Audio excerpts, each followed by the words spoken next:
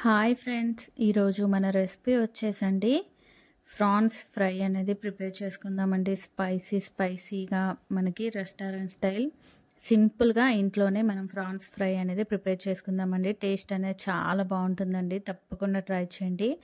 నేను అనేది 1/2 కిలో రొయ్యలు అనేది ఇలా కడిగి అల్లం వెల్లుల్లి పేస్ట్, పసుపు, ఉప్పు వేసి ఫ్రిడ్జ్లో 1/2 అవర్ ఉంచి తీసుకున్నానండి. ఇప్పుడు మనం ఫ్రై చేసుకోవడానికి స్టవ్ పైన ఇలా ఒక ప్యాన్ అనేది పెట్టుకొని దాంట్లో ఒక 3 టేబుల్ స్పూన్ల ఆయిల్ అనేది యాడ్ చేసుకొని ఆయిల్ అనేది వేడెక్కాక ఇలా సన్నగా తరుక్కున్న ఆనియన్స్ అనేది ఒక కప్పు తీసుకున్నానండి.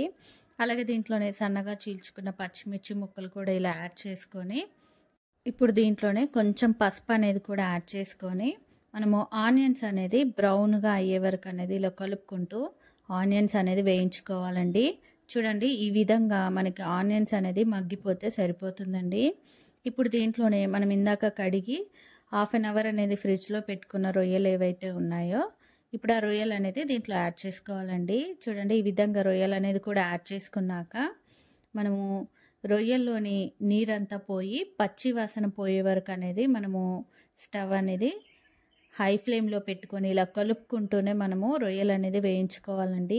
ఇలా కొంచెం నీరు అనేది పోయాక స్టవ్ అనేది మీడియం ఫ్లేమ్లోకి మార్చుకొని ఇలా నీరంతా ఇనికిపోయే వరకు అనేది మగ్గించుకోవాలండి. చూడండి, ఈ విధంగా నీరంతా మగ్గిపోయి మనకి ఆయిల్ అనేది ఇలా పైకి తేలుతుంది కదండి.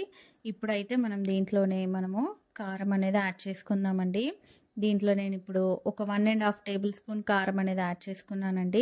అలాగే మన టేస్ట్కి సరిపడా సాల్ట్ అనేది కూడా యాడ్ చేసుకొని ఒక 1/2 టేబుల్ స్పూన్ అనేది జీలకర్ర అలాగే కొంచెం మిరియాలు అనేది లైట్గా వేయించి తీసుకున్నానండి. ఇవన్నీ కూడా ఇలా యాడ్ చేసుకొని లాస్ట్లో కొంచెం గరం మసాలా అనేది చల్లుకున్నాక ఇలా కలుపుకొని మూత పెట్టి మన ఉప్పు కారంలో పచ్చివాసన పోయే వరకు అనేది ఇలా నూనె పైకి తేలే వరకు ఉడికించుకోవాలండి. చూడండి, ఈ విధంగా మన ఫ్రాన్స్ అనేది ఆల్మోస్ట్ ఫ్రై అయిపోయిందండి. ఇప్పుడు అనేది ఇది ఒకసారి ఇలా బాగా కలుపుకొని ఇప్పుడు దీంట్లోనే మనము సన్నగా తరుక్కున్న కొత్తిమీర అనేది యాడ్ చేసుకుందామండి. ఇలా కొత్తిమీర అనేది యాడ్ చేసుకున్నాక మళ్ళీ ఒకసారి ఇది అనేది బాగా కలుపుకొని మనము స్టవ్ అనేది ఆఫ్ చేసుకుందామండి. మన ఫ్రాన్స్ ఫ్రై అనేది రెడీ అయిపోయిందండి. తప్పకుండా మీరు కూడా ట్రై చేయండి. టేస్ట్ అనేది చాలా బాగుందండి. స్పైసీగా ప్రతి పీస్ అనేది నోట్లో పెట్టుకోగానే కమ్మగా టేస్ట్ అనేది చాలా బాగుందండి. తప్పకుండా మీరు కూడా ఈ రెసిపీ ట్రై చేసి ఎలా వచ్చిందో నాకు కామెంట్ చేయండి.